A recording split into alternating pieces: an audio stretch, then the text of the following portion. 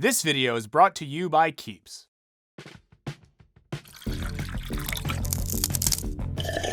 Oops, I did it again.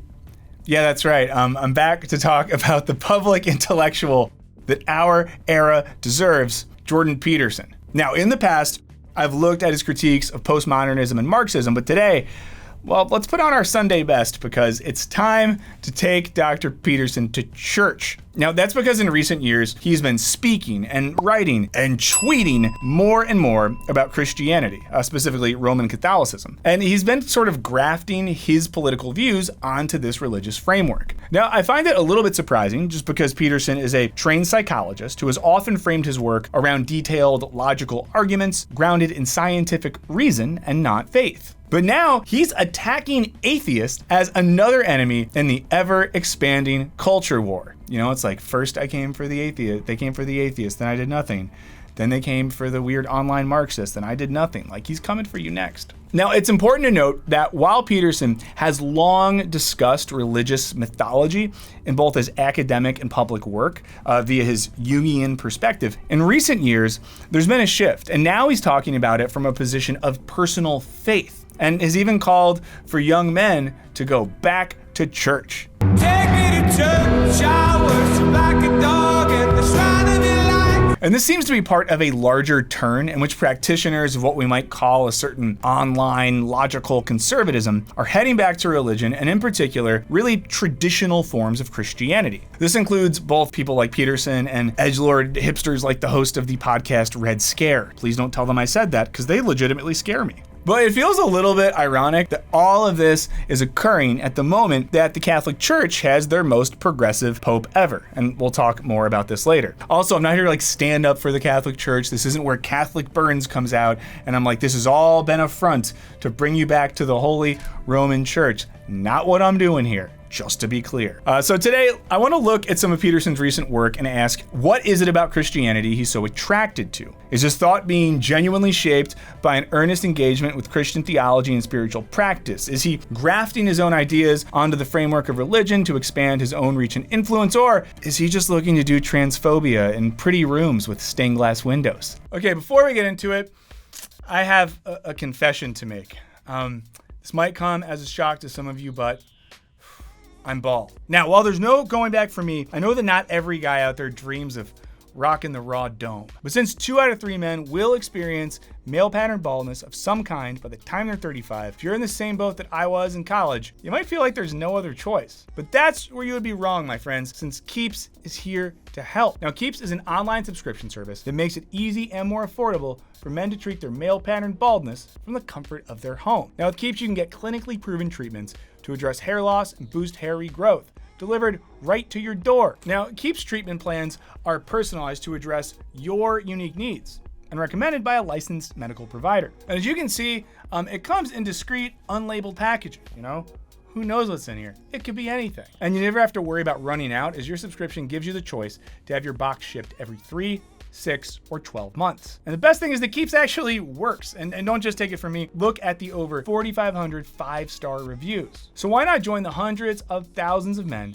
who've tried Keeps and given it more 5-star reviews than any of its competitors? If you're ready to take action and prevent hair loss, go to keeps.com/wisecrack. That's KEEPS.com/wisecrack. Thanks for letting me make that confession, guys. It really felt like I was back at church.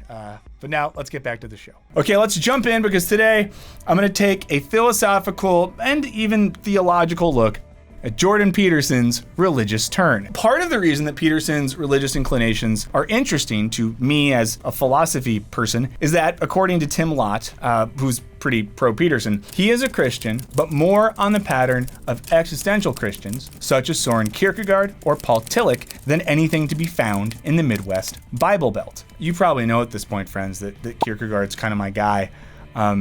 And I also enjoy the Midwest. Lott goes on to write that Peterson is not, rather surprisingly, only a philosophical Christian. When I ask him whether he actually believes that Jesus physically rose from the dead, he is unable to answer. Let me know in the comments if you think Jesus physically rose from the dead. That sounds like a fun call to action. So if Peterson is supposedly an existential Christian, like my friend Kierkegaard, and an explicitly philosophical Christian, then I feel like analyzing this philosophically tinged faith is very much in my wheelhouse. All that to say is you can trust me right now. Normally you don't. Normally I'm a little dangerous, but today we can trust each other. I'm going to look at a few clips from various videos and lectures, along with some of his recent spicy tweets. Now, like the previous Jordan Peterson videos we did, I watched a ton of stuff. I have a document with way too much info in it, so I'm really going to narrow it down. And we did a whole video series on the book of Exodus, but I only watched a little bit of it because I didn't want to pay money to the Daily Wire. But if you do want more of this stuff, I could maybe do an outtakes episode of Wisecrack Live that you could check out. Okay, I want to start by looking at a video that Peterson put out relatively recently, where he offers some unasked for advice to the Christian church that's specifically focused on the idea that the fellas need to get themselves to mass immediately. When they are children, boys are hectored for their toy preferences, which often include toy weapons such as guns, and their more boisterous playing style, as boys require active rough and tumble play, even more than girls, for whom it is also a necessity.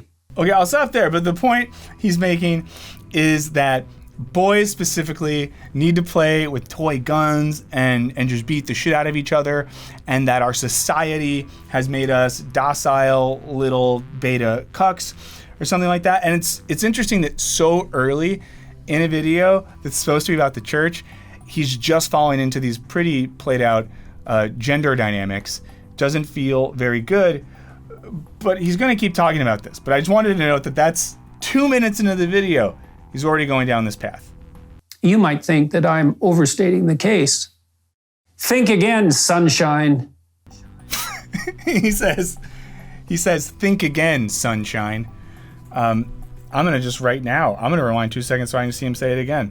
Think again, sunshine. He goes on here to talk a little bit more about the way in which the Christian church should represent a sort of home of masculinity, of male culture, of domination. So let's watch him talk about that a little more, and we'll dive a little bit deeper. The Christian church is there to remind people, young men included, and perhaps even first and foremost, that they have a woman to find, a garden to walk in, a family to nurture, an ark to build, a land to conquer, a ladder to heaven to build, and the utter terrible catastrophe of life to face stalwartly in truth, devoted to love, and without fear. The terrible catastrophe of life. So let's, think about this, right? He says that the church is there to remind primarily men that I like how the first thing he says is they have a woman to find, as if faith is primarily about marriage, a garden to walk in, a family to nurture, an ark to build, a land to conquer. So we have a sort of, you got to fetch your woman, and then you got to go, I guess, do some colonization there. But there's an article about Peterson and the way he writes about gender, male desire, and femininity from a writer named Ashley Lenz, who, as far as I understand it, is a Catholic writer, so is coming at this from a Christian perspective. She says, there is nothing in Peterson's writing that suggests that women are much more than commodified bodies which placate male desire, inspire male violence, or validate male status and success. And the interesting thing here, and you might have seen this if you watched our previous Peterson videos, is he's very critical of the idea that in his mind, postmodernist and Marxist and leftist and all this sort of stuff only see the world in terms of hierarchies of power. But as Lenz sees it, that's basically what he's doing in the way he talks about Christianity. So she writes, Peterson's work not only describes but actually endorses these systems of dominance, neglecting the fact that Christ swallowed up those kinds of hierarchies, making the first last and the last first, inverting and subverting the sinful way that men and women have sought to remake the world through power and violence. So again, we have to ask ourselves, why is it that it's so important for Peterson that his new favorite thing, Christianity, is about men exhibiting some sort of divine power when, right here, a Catholic writer sees the faith as doing something completely different to that. Now, he goes on and kind of wraps up with a call to action of sorts about what he thinks that we, especially we young men, are supposed to do, and in particular, what people that are Christians, that are religious, are supposed to do. Also, if you're a church leader, a priest, a pastor, anything of that sort, first of all, thanks for watching the channel. Second of all, let us know, I don't know, if you wanted Jordan Peterson's advice on how you should do your job. Quit fighting for social justice. Quit saving the bloody planet. Attend to some souls. That's what you're supposed to do. That's your holy duty. Do it now. Do it now. Quick question for everyone watching. You might notice that behind Jordan Peterson, there is a bunch of chopped wood. Please let me know if you think that masculine powerhouse Jordan Peterson chopped that wood himself. Maybe our editors could even zoom in on that wood right now, and you can ask yourself if he chopped that wood. But there's a lot going on here, okay? So now we're diving in. He says you got to stop fighting for social justice. He says you got to quit saving the bloody planet. Tend to some souls. That's what you're supposed to do.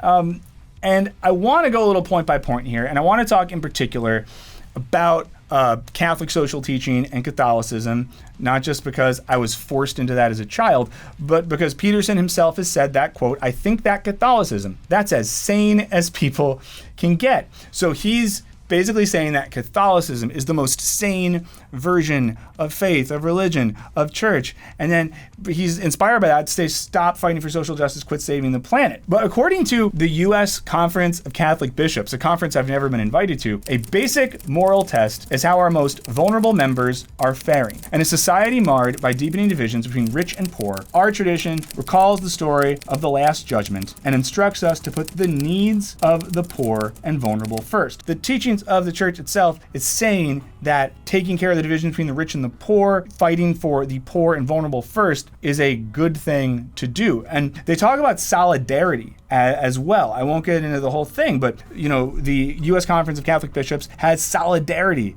as another one of their big principles. And solidarity with people around the world, solidarity with people struggling from violence and conflict. Now, he also says that we got to quit saving the bloody planet. Well, the U.S. Conference of Catholic Bishops, which again, I've not been invited. If they wanted to invite me, I would attend. So they say we show our respect for the Creator by our stewardship of creation. Care for the earth is not just an Earth Day slogan. It is a requirement of our faith. We are called to protect people on the planet, living our faith in relationship with all of God's creation. This environmental challenge has fundamental moral and ethical dimensions that cannot be ignored. So again, big boy Jordan, who says that social justice is bad and environmentalism bad. Well, the church itself says these things are good, which, and we're going to keep this question open, makes me wonder again, is he approaching this tradition with openness? Is he engaging with the theology here? Or is he just trying to find a big, powerful system of belief to graft onto?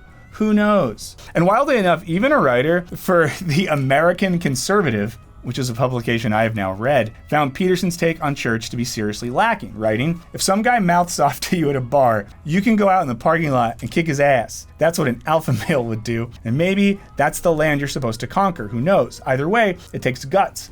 But do you know what takes even more guts? Loving your enemy, turning the other cheek, praying for those who persecute you. And he's writing, I think, in direct response to that video. So a conservative Christian guy writing for the American Conservative found this to be a little bit much. Also, just note that thus far, I've quoted the American Conservative, quoted a Catholic writer. I'm not just like saying, oh, Marx wouldn't agree with that. I'm meeting him where he is.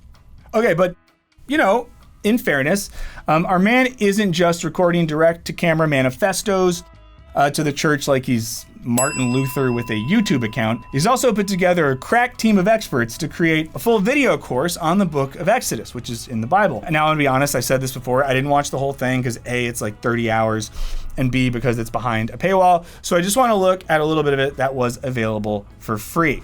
To get started with, I just wanna note that he brings a bunch of professors to the table with him, and I do respect that. We get some philosophers, some theologians, but there's one in particular that stood out to me, so let's just watch this for a second.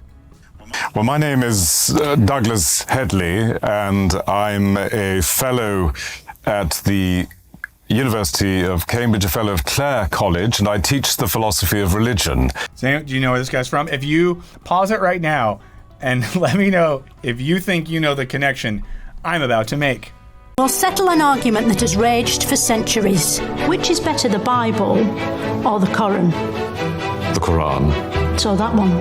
This guy was on Kunk on Earth. Have you all seen that show? So yeah, now those universes have officially mixed. The Jordan Peterson universe and the Kunk on Earth universe. So I wanted to give you that as a gift.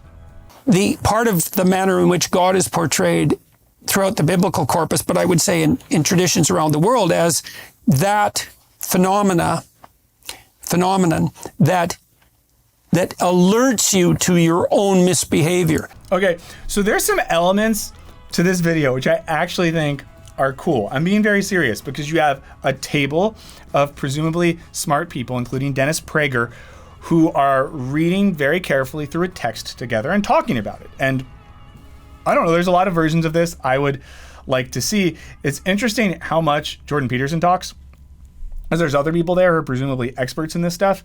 But he says a thing that I think is kind of instructive. So let's watch that right now. And it is really something, again, I really learned from Jung, contra Freud in some real sense, is that, and contra Nietzsche, who believed that maybe we could create our own values, is that there's something within that is transcendent because it isn't only in you, it's in everyone in some fundamental and real sense, plus it's eternal in some fundamental and real sense, and it calls you on your misbehavior. Okay, so I'll stop there. He says some interesting stuff if you want to keep watching. But he describes God as the phenomenon that alerts you to your own misbehavior. And we're going to see this flesh out a little bit more later.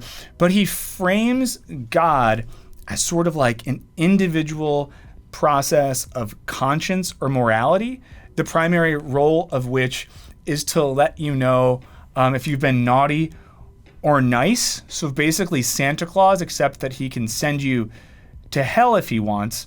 And I'm gonna flesh this out later, but the way he talks about God makes it sound as if there's a vertical relationship between the individual and the divine thing, and the divine thing is like good, bad, do this, not that. And while that might sound correct to a child in Sunday school or something, I think that this leads to problems down the road. But we'll cross that bridge when we get to it. Because compassion, as far as I can tell, that overarching compassion is particularly appropriate when it's directed towards that which is truly helpless. But if it starts to be directed as if towards infants, to those who could be competent, then it starts to become destructive. I just want you to note, he called compassion destructive. He said compassion is good when it is directed towards those who are truly helpless, which does seem to be in line with the Catholic social teaching stuff on social justice we talked about before, but then says we can't be compassionate towards those that are competent. That seems a little bit dangerous. But let's keep it moving, because he brings up someone who's very important to me in the next clip. To me, faith is something like the willingness to take a risk based on a presumption.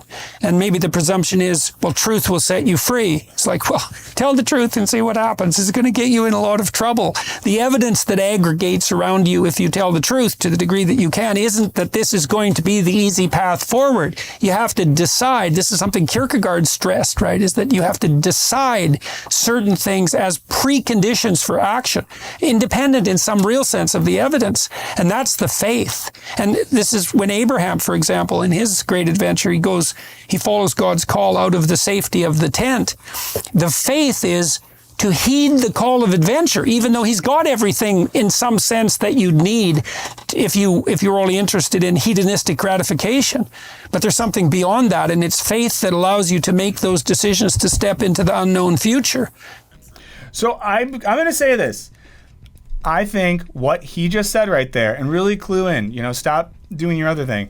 I think that what he says there isn't wrong. Like this idea that faith is a willingness to take a risk based on a presumption, the way in which faith is connected to decision. I think that's really spot on with what Kierkegaard says in a way. So Kierkegaard, in case you haven't heard me talk about this before, his whole deal was that faith can't be a matter of the intellect. right? We don't have faith in something because we're logically convinced.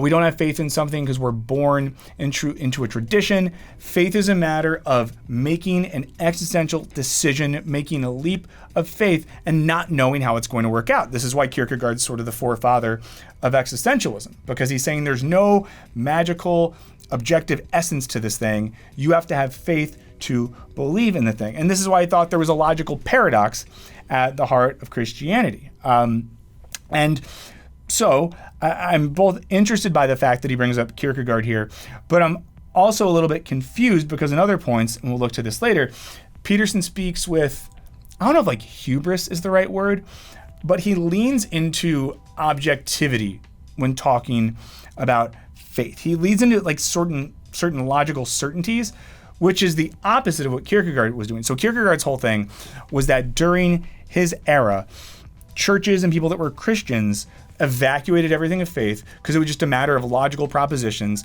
and the church was connected with society. And I'm a Lutheran because I'm born in Denmark at this time, but no one's relating to their individual faith in a passionate way. And I don't really see so much of that in the other stuff that he's saying, but wanted to bring that up. And, he later goes on to say that truth is an adventure, another thing I think that Kierkegaard and a lot of philosophers would agree with. And in this sense, he's sort of at least flirting with the idea that there's something existential in terms of how faith affects our subjectivity. And I had to say that because I just don't want to be accused of piling on and shitting on the guy, even a broken clock. Even a broken clock. There's one more clip I want to watch from this, and it's a very long video. It's 2 hours and 20 minutes. I guess it's no Killers of the Flower Moon. I was looking at the Sermon on the Mount the other day, and Christ says in the Sermon on the Mount that those who are poor in spirit are blessed. There's many people who are blessed, but the poor in spirit are blessed. And the question is, what does that mean? And it means something like those who have been brought low enough to be humble enough to be ready to receive, to be ready to receive. To be ready to receive. And I think that's what's being echoed here, is that's part of the reflection of Moses' nakedness. That's the best explanation I ever heard. It's Dennis Prager, by the way. It's the PragerU guy. Oh, thank you. Thank you. It took me only 40 years to think of that. That really helps. Because I've never thought, the poor are so special. They're wonderful poor and lousy poor. No, it's definitely a reference to pride. Okay, so a couple of things there. One, you'll notice right off the bat that Peterson is quick to read that quote from the Sermon on the Mount where Jesus says, like, blessed are the poor, as being poor in spirit, and poor in spirit being a process of humility that makes one ready to receive or deserve something else. Then it cuts to Dennis Prager, the guy that runs PragerU, a wonderful online educational resource that's now allowed in many public schools in America.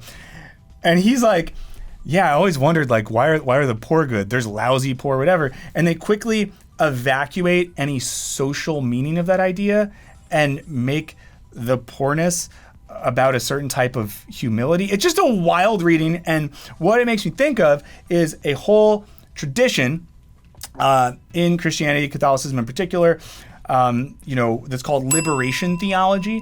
And this is basically a bunch of largely Latin American priests who, study theology in Europe, and they come back to Latin America and stuff's not going so well, largely because of stuff that America did in concert with Reagan. We haven't referenced Reagan a lot recently, so Reagan did this.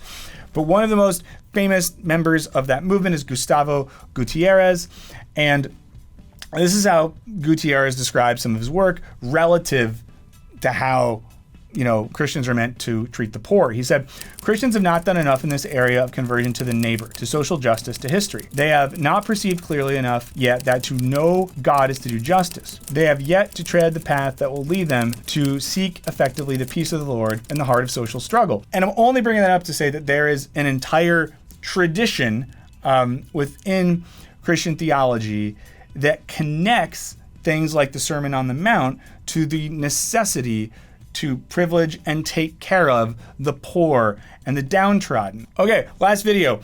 This is one called Why Should You Go to Church? And in the video, he's talking about what we will lose as a society if we're not going to church, if we're not, activating our faith. I just want to note this is on his YouTube channel, and the first hashtag in the description is hashtag what is a woman, and the second hashtag is Catholicism. So let's watch our first clip from this. You're going to get rid of that, eh? You're going to get rid of marriage. You're going to get rid of funerals. You're going to get rid of Christmas. You're going to get rid of any sense of sacred time. You're going to dispense with the whole history of what Judeo-Christian thought. You're going to dispense with the idea of the sacred nature of the individual. Like, how far are you willing to go with this? And believe me, that question is right in front of you, because there's a wave of radicals who are asking you at every moment, what makes you so sure that there's a difference between a man and a woman? Okay, so I think we got him. I think we got it. Jordan Peterson, at the end of the day, this whole edifice around why faith is important, why church is important, why he loves Catholicism so much, is that he wants there to be men and women, and he doesn't want any other categories or anything. He thinks that a wave of radicals wants to ask questions about that. I mean, he's just saying it right there. And I do think this deflates, I don't know, some of the intensity or some of the even supposed earnestness around his engagement with this stuff. And there's other clips where this happens too that I left out as well, where he'll weave this long circle just to come back to like, what is a woman? And there's a lot of theologians and biblical scholars who have written about gender and queer theory and trans issues in relationship to this stuff. You can check that out if you want. But I just think he's kind of telling on himself there, and it makes me take everything he's saying a lot less seriously. And again, he wants to use Christianity and faith as a guise for a type of social exclusion, which personally, to quote Chief Keef, and it's actually the mysterious part of it that has to be retained. The virgin birth, the resurrection, the crucifixion, all of that crazy mythology, let's say, because otherwise it just degenerates into another form of cheap social justice. And don't we have enough of that? So the point here, again, is that tradition, mythology, the virgin birth, all the big Catholic things are so important, because if we don't have those, it all devolves into a cheap version of social justice, which seems to be showing again that he has no idea that social justice is inherently linked to that tradition and many theological traditions. But more importantly, it shows that, in my humble opinion, all he's doing here, and this is what he did, when he talked about postmodernism, right? Said all this stuff, misquote some philosophers, and at the end of the day, it's just to say, and that's why pronouns are bad. That's why social justice is bad, or whatever it might be. He discounts, Marx and talks about biology just to say that, gender norms are good and social justice is bad and yada yada. And he's doing the same thing here, right? He has a pattern. He takes a school of thought, and he's doing the opposite. With postmodernism and Marxism, it's sort of, let's make these into bad things to make sure that we're not getting social justice. And here, it's sort of like, let's make traditional Christianity a positive thing. Let's glob my thought onto that to have another fight against social justice. But I think it's kind of stupid, because a lot of the things he's against are inherent in the very tradition. But, priests and theologians, get in the comments and let us know. Okay, so that's all the clips we're watching. I promise, that's all. But I couldn't get through this whole video without checking out the tweets of one of the most prolific posters in the game, especially because last year Peterson opened up the Twitter app, and it was still Twitter then, to teach the Pope about Christianity. So let's end by looking at Twitter really quick, and then we'll get out of here. Pope Francis tweeted that social justice demands that we fight against the causes of poverty, inequality, and the lack of labor, land, and lodging, against those who deny social and labor rights, and against the culture that leads to taking away the dignity of others. And this is the sort of tweet that those of us who grew up Catholic and then strayed a little bit are like, okay, that's pretty cool. Peterson jumps in and says, there is nothing Christian about social justice. Redemptive salvation is a matter of the individual soul.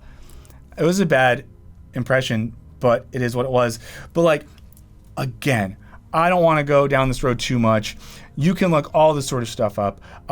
But there are so many direct critiques of capitalism by the Catholic Church, and by, popes and stuff themselves. Pope Benedict, who's one of the bad ones.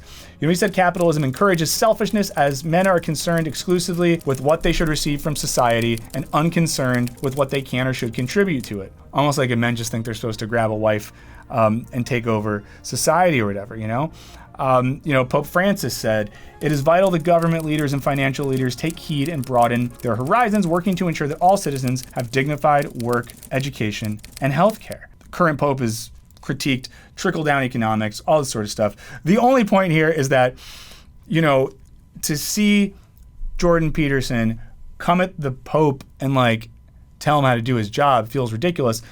But again, it's also missing out that there is an inherent move for quote unquote social justice. If by that we mean a critique of capitalism, an emphasis on justice for the oppressed and the downtrodden, those sorts of things. It's all over the thing. So again, it just shows that he has an agenda. I think it's clear what the agenda is. But yeah, so let's wrap up there. Later that day. Okay, actually, let's not wrap up there. It's Michael from the future in my home. I had to drop in because since we filmed this video, the Pope kind of screwed me. And I'll tell you why. Right after we filmed this, an article came out that showed that the Pope talked about how gender theory is an ugly ideology that threatens humanity, which makes him sound kind of like Peterson, which bummed me out. And then it got even worse when I started poking around and realized that he's been saying this stuff for a while. So I had to throw this in there to say that honestly, the Pope is saying things that are more aligned with some of the things that Peterson's talking about, and B, maybe the woke Pope isn't as woke or based as we thought he was. So let's get back to the rest. I think it still lands pretty well. Okay, so like I said in my previous videos on Jordan Peterson, the point here was not to own Peterson or show that he's dumb or laugh at him, right? It's to show that as a former academic and as a highly influential public intellectual, he has a responsibility to know what he's talking about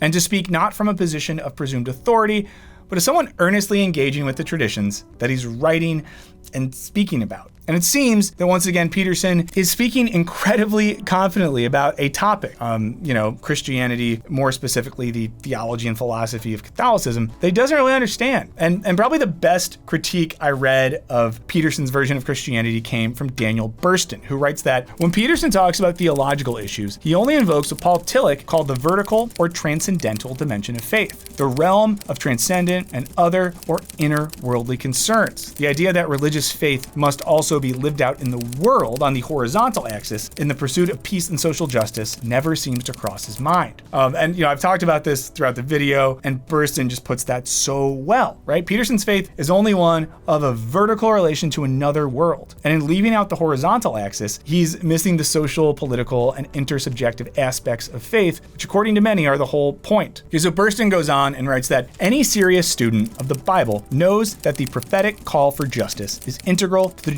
Judeo-Christian tradition, and its neglect by anyone intent on carrying this tradition forward is an omission that calls for serious reflection. And as Burston goes on to write, this is the aspect of faith that led Dietrich Bonhoeffer to try to take down Hitler, MLK Jr. to rally to abolish segregation and dismantle Jim Crow, and Catholic activists like Dorothy Day and the Berrigan brothers to commit acts of resistance and protest of the Vietnam War. Now, to be clear, this video is by no means some apology for religion, right? But, the examples of folks like Bonhoeffer, Martin Luther King Jr., and Dorothy Day are reminders that for many folks in that tradition, faith is about fighting for justice and equality in the here and now, and not an individualist moral system that says make your bed, find your wife, conquer the land. Because when Peterson reduces Christianity to an individualist tale of adventure for young men wanting to actualize their power and wrangle a wife along the way, he's not just mischaracterizing a rich and complicated tradition. He's co-opting theological principles to justify his own specific neo-Darwinian view of reality. And it's worth noting, in researching this video, I read something from Sam Rocha, who is a philosophy professor at the University of British Columbia, and he said that Peterson's research on intelligence quotients is pseudoscientific, with links to 19th century race science and ethnoscience that gave rise to segregation. And as anyone familiar with the Abrahamic tradition knows, all these faiths are grounded in various senses of community, and in many ways involve challenging and expanding one's community. Now that's why Jacques Derrida, who's one of Peterson's big nemeses, develops his theory of absolute absolute hospitality in conversation with Judaism, and why folks from Thomas Müntzer to Martin Luther King Jr. to the Latin American liberation theologians rightly considered the primary ethical call of Christianity to pertain to creating communities of justice. It's also why lots of non-religious philosophers, from Ernst Bloch to Alain Badiou to Slavoj Žižek, have positively utilized the aspect of Christianity in their work, as they see a liberatory potential that prioritizes community over individual interest. As Ernst Bloch writes in his book, Atheism and Christianity, the point, however, to be made against all pseudo-enlightenment, which sees religion as a spent force caught between Moses and Darwin, is this: the counterblow against the oppressor is biblical too, and that is why it has always been suppressed or distorted from the serpent on. It was the counterblow that gave the Bible its popularity and its appeal.